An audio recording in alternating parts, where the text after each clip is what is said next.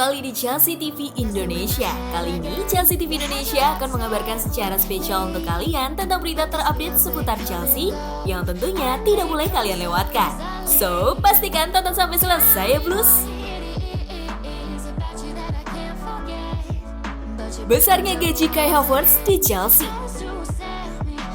Menurut WT Food, Havertz membawa pulang gaji tahunan sebesar 1,8 juta pound sterling di Leverkusen. Itu berarti ia menerima sekitar 35.000 pound sterling per pekan atau 150.000 pound sterling per bulan.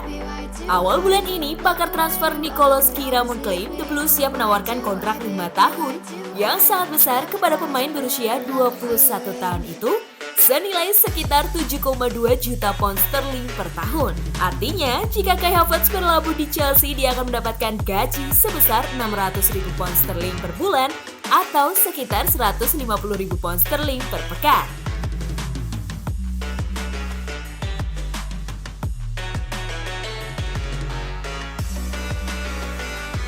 The Blues harus menciptakan kapten baru. Banyak orang mengatakan bahwa Chelsea saat ini membutuhkan sosok pemimpin di lapangan. Tak heran banyak pihak mendesak agar The Blues membeli seorang pemain baru yang memiliki jiwa leadership tinggi. Pertanyaannya adalah, apakah benar semudah itu membeli seorang pemimpin lapangan di bursa transfer? Ada suatu masa ketika Chelsea tampaknya memiliki banyak pemain dengan tipe pemimpin. Sebut saja Peter Cech, Didier Drogba, Michael Essien, Michael Ballack, ataupun Frank Lampard. Kendati demikian, mereka punya satu kesamaan, yaitu John Terry adalah kapten mereka. Jose Mourinho menunjuk John Terry sebagai kapten bukan tanpa alasan. Dia tentu memiliki banyak pemain hebat di timnya. Tetapi ada satu konsep yang tidak boleh dilupakan. Ia dibesarkan oleh klub sejak muda. Seperti yang kita ketahui, The Blues butuh sosok pemimpin yang hebat saat ini. Masalahnya adalah pemimpin di sebuah klub sama sekali bukan jaminan bahwa ia akan menjadi pemimpin juga di klub lain. Di atas kertas, Chelsea sudah mendatangkan seorang pemimpin. Timo Werner dan Hakim Ziyech masing-masing dianggap sebagai pemimpin di Leipzig dan Ajax. Bahkan, Jorginho pun juga seorang sosok pemimpin hebat di Napoli. Itulah mengapa dia juga diplot sebagai wakil kapten di Chelsea. Dulu, Mourinho membuat keputusan berani untuk memilih Terry di antara pemain hebat lainnya. Frank Lampard mungkin perlu melakukan hal yang sama untuk sekarang. Terry adalah kapten yang sangat baik, tetapi pada saat yang sama ia bisa memegang kendali seluruh tim dengan baik. Cesar, Azpilicueta, dan Jorginho mungkin tidak sehebat Terry dalam hal kepemimpinan. Oleh karena itu, Chelsea harus memulai rencana untuk menciptakan penerus mereka. Ide dasarnya adalah pemain tersebut harus tumbuh besar bersama klub, mempunyai waktu bermain secara reguler cukup banyak, serta selalu bermain dengan baik. Mari kita seleksi. Fikayo Tomori dan Ruben Loftus-Cheek akan dicoret dalam kandidat. Begitu juga Tammy Abraham yang mulai tampil flop akhir-akhir ini. Sedangkan Callum Hudson-Odoi memang bukan tipe pemimpin di lapangan. Jadi dia akan dicoret juga dalam daftar. Artinya hanya tinggal 2 pemain yang memenuhi syarat sebagai calon pemimpin, yaitu Reece James dan Mason Mount. James memang dianggap banyak orang sebagai penerus Azpilicueta di lapangan. Mount meskipun belum mendapatkan jaminan bermain, tetapi karena pentingnya dalam taktik Lampard, ia mungkin akan semakin mendapatkan lebih banyak waktu. Jadi, siapa yang pantas menjadi kapten masa depan Chelsea? Jawaban mungkin adalah keduanya. Saat Terry menjadi kapten, Lampard merupakan wakil kapten, dan Cech adalah kapten ketiga. Lantas, mengapa Chelsea tidak melakukannya? Ini akan membuat keduanya berkembang dalam tanggung jawab yang besar sampai Azpilicueta atau Jorginho pergi. Pada saat itu, mereka bisa menjadi kapten dan wakil kapten. Keduanya bisa saling melengkapi seperti yang pernah dilakukan klub bersama Terry. Tentu ini akan memakan waktu, tetapi ini lebih baik daripada membeli pemain bertipe pemimpin. The Blues perlu lebih kreatif dalam praktik mereka jika mereka mau menciptakan sosok pemimpin di lapangan. Berdayakan Mount dan James sebagai wakil kapten sesegera mungkin, angkat mereka lalu bangun skuad di sekitar mereka. Sejarah menunjukkan itu bisa berhasil dan The Blues harus mempertimbangkannya sekali lagi. Opini ini disampaikan oleh jurnalis The Pride of London, Travis Taylor.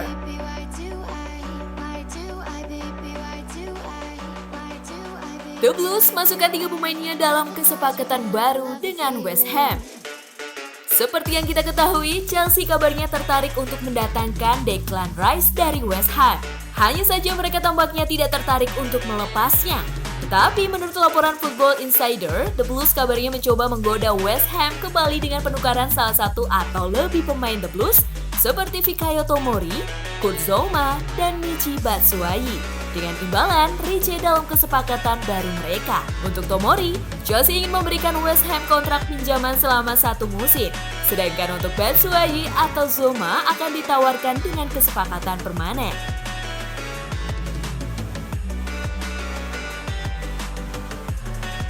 Inter Milan prioritaskan transfer Kante. Inter Milan kabarnya siap membenahi tim untuk musim depan. Salah satunya adalah dengan cara membeli pemain baru yang difokuskan pada lini tengah. Salah satu pemain yang masuk dalam radar mereka adalah N'Golo Kante. Inter Milan dikabarkan siap memboyong gelandang asal Perancis yang bermain di Chelsea itu.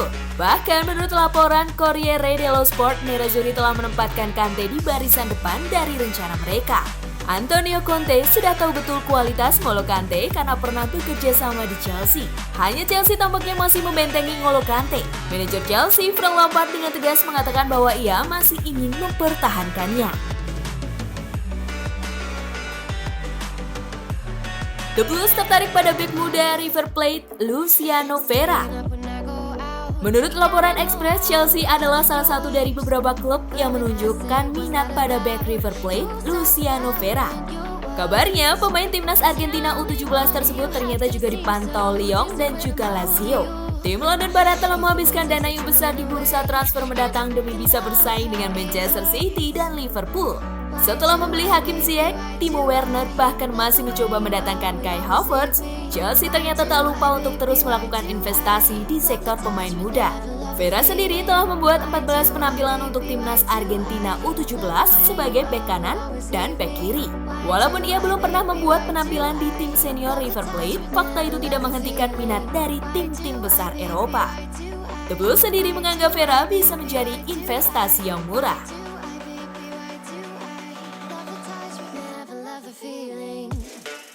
5 pemain yang bisa dikorbankan untuk mendatangkan Jan Oblak.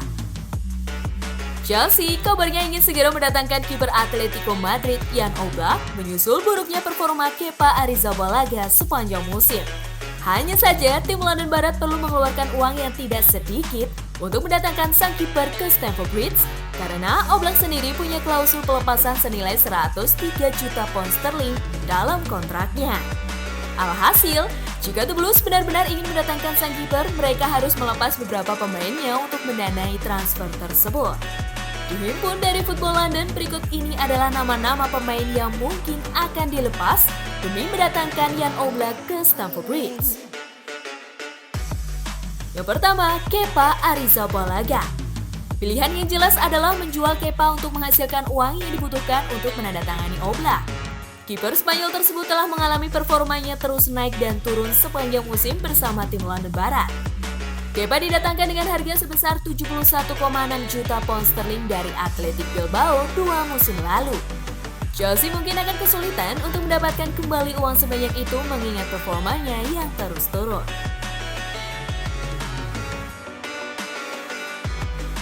Kedua, Marcos Alonso. Potensi kedatangan Chilwell di Chelsea menimbulkan pertanyaan tentang masa depan Marcos Alonso di Stamford Bridge. Alonso sepanjang musim ini telah keluar masuk ke line up Frank Lampard. Posisi bek kiri memang menjadi sumber masalah yang belum selesai hingga saat ini. Atletico sendiri juga kabarnya tertarik dengan Alonso, sehingga ia mungkin bisa digunakan dalam kesepakatan untuk menurunkan harga. Ketiga, Jorginho. Masih harus dilihat apa yang akan terjadi dengan Jorginho. Satu hal yang pasti, dia tidak akan menjadi starter jika N'Golo Kante dalam keadaan fit, dan Lampard juga belakangan lebih percaya kepada Billy Gilmour yang bisa bermain dalam peran gelandang bertahan. Jorginho dirumorkan akan kembali lagi ke Italia dan Chelsea mungkin akan mendapatkan bayaran yang cukup besar untuk penjualannya. Keempat, Emerson Palmieri. Bek kiri lain yang mungkin akan dijual di musim panas ini adalah Emerson Palmieri. Meskipun sempat tampil memukau bersama raksasa Italia AS Roma, namun ia gagal mereplikasi penampilan gemilangnya di Stamford Bridge dan mulai kehilangan tempat di skuad utama. Emerson Palmieri juga diisukan akan kembali ke Italia. Uang hasil penjualannya mungkin bisa membantu mendanai kesepakatan untuk Jan Oblak. Kelima, Michy Batshuayi. Salah satu pemain yang perlu pindah dari Chelsea musim panas ini demi karirnya sendiri adalah Michy Batshuayi. Pemain berpaspor Belgia tersebut tidak terlihat sama sekali dalam beberapa kesempatan, bahkan saat jumlah pemain pengganti yang bertambah menjadi 9 pemain karena aturan baru. Dengan hadirnya Werner jelas berarti mantan pemain Marseille harus pergi dari Stamford Bridge ke tempat lain. Itulah tadi beberapa berita terhangat minggu ini yang berkaitan dengan Chelsea. Bagaimana nih tanggapan kalian tentang berita-berita tadi plus? Buat kamu yang mau request, mau dibahasin sesuatu, atau mau diskusi, silahkan komen-komen di bawah ya.